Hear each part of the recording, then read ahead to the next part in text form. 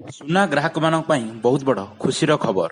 ପୁଣି ଲଗାତାର ଭାବେ ସୁନାର ଦର ହ୍ରାସ ପାଇବାରେ ଲାଗିଛି।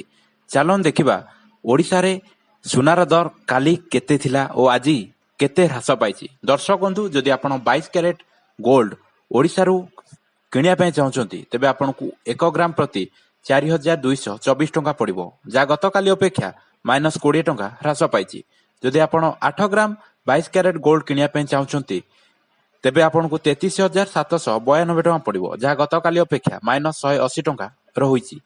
ଯଦି ଆପଣ 10 ଗ୍ରାମ 22 କ୍ୟାରେଟ୍ ଗୋଲ୍ଡ କିଣିବା ପାଇଁ ଚାହୁଁଛନ୍ତି, ତେବେ ଆପଣଙ୍କୁ 42,240 ଟଙ୍କା ପଡ଼ିବ, ଯାହା ଗତକାଲି ଅପେକ୍ଷା -400 ଟଙ୍କା ହୋଇଛି। ଯଦି ଆପଣ 100 ଗ୍ରାମ ଗୋଲ୍ଡ କିଣିବା ପାଇଁ ଚାହୁଁଛନ୍ତି, ତେବେ ଆପଣଙ୍କୁ 4,22,400 ଟଙ୍କା ପଡ଼ିବ, ଯାହା ଗତକାଲି ଅପେକ୍ଷା -800 ଟଙ୍କା ହ୍ରାସ ପାଇଛି। ଦର୍ଶକ ବନ୍ଧୁ, ଇଏ ଥିଲା 22 କ୍ୟାରେଟ୍ ଗୋଲ୍ଡ ଓଡ଼ିଶାରେ ଦରଦାମ ବିଷୟରେ। ଯଦି ଆପଣ 24 କ୍ୟାରେଟ୍ ଗୋଲ୍ଡ କିଣିବା ପାଇଁ ଚାହୁଁଛନ୍ତି, ତେବେ ଆପଣଙ୍କୁ 1 ଗ୍ରାମ ପ୍ରତି 5,608 ଟଙ୍କା ପଡ଼ିବ, ଯାହା ଗତକାଲି ଅପେକ୍ଷା -40 ଟଙ୍କା ହୋଇଛି। ଯଦି ଆପଣ 8 ଗ୍ରାମ ଗୋଲ୍ଡ କିଣିବା ପାଇଁ ଚାହୁଁଛନ୍ତି 24 କ୍ୟାରେଟ୍ର, ତେବେ ଆପଣଙ୍କୁ 36,864 ଟଙ୍କା ପଡ଼ିବ, ଯାହା ଗତକାଲି ଅପେକ୍ଷା -200 ଟଙ୍କା ହୋଇଛି।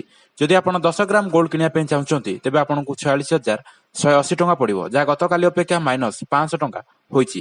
ଯଦି ଆପଣ 100 ଗ୍ରାମ ଗୋଲ୍ଡ କିଣିବା ପାଇଁ ଚାହୁଁଛନ୍ତି, ତେବେ ଆପଣଙ୍କୁ 4,60,800 ଟଙ୍କା ପଡ଼ିବ, ଯାହା ଗତକାଲି ଅପେକ୍ଷା -1,000 ଟଙ୍କା ହୋଇଛି। ଦର୍ଶକ ବନ୍ଧୁ, ଇଏ ଥିଲା ଆଜି ଓଡ଼ିଶାର ସୁନାର ଦର ହ୍ରାସ ବିଷୟରେ। ଯଦି ଆପଣ ଏମିତି ସୁନାର ଦର ଦାମ ବିଷୟରେ ସବୁଦିନ ଅପଡେଟ୍ ପାଇବା ପାଇଁ ଚାହୁଁଛନ୍ତି, ତେବେ ଆପଣ ଆମ ଚ୍ୟାନେଲଟିକୁ ଦୟାକରି ସବସ୍କ୍ରାଇବ କରିନିଅନ୍ତୁ, ଏମିତି ନୂଆ ନୂଆ ଅପଡେଟ୍ ସର୍ବପ୍ରଥମେ ପାଇବା ପାଇଁ। ଧନ୍ୟବାଦ।